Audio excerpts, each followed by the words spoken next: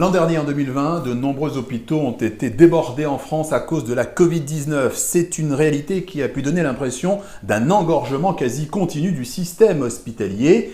Une perception nuancée par des chiffres publiés dans un rapport tout à fait officiel.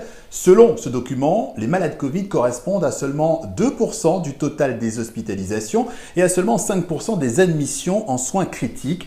Ça mérite quelques explications.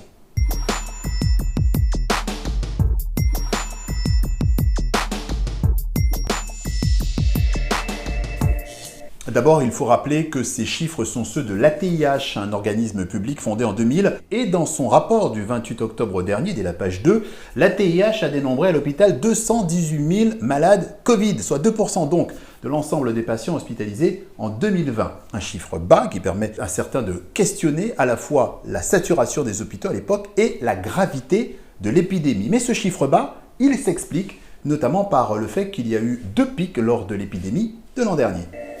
En fait, les périodes où les services où on avait 6 000 patients en réanimation, c'est des périodes qui duraient quelques jours, en réalité. Et pendant une grande partie de l'année, en fait, les patients Covid représentaient pas du tout la majorité des patients qui étaient en réanimation.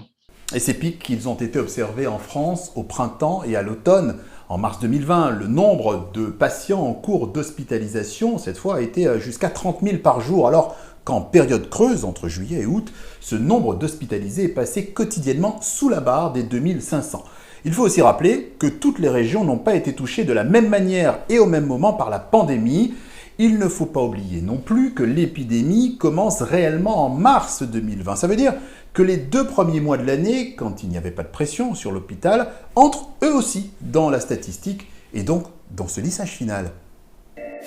C'est vrai qu'on a eu une épidémie qui n'a pas du tout été homogène sur tout le territoire français. Quand vous êtes sur la moyenne, vous êtes quelque part sur l'aire qui est sous la courbe sur toute l'année. Et donc, en fait, vous n'avez pas cette notion de pic. C'est comme si finalement vous aplatissiez la courbe et que vous faisiez de la courbe quelque chose, une ligne droite. Et si vous aplatissez cette courbe, effectivement, la courbe, elle a un niveau assez bas. En attendant, sur les réseaux sociaux, les critiques pleuvent, surtout chez les complotistes. Tout ça, c'était de la com', s'interroge cet internaute en publiant des photos de transfert de malades Covid. Critique aussi chez les adversaires politiques du gouvernement. Tout ça pour ça, peste l'ex-élue controversée Isabelle Balkany qui parle d'hystérie présidentielle. Ou encore Véran, le ministre de la Santé, doit partir vite.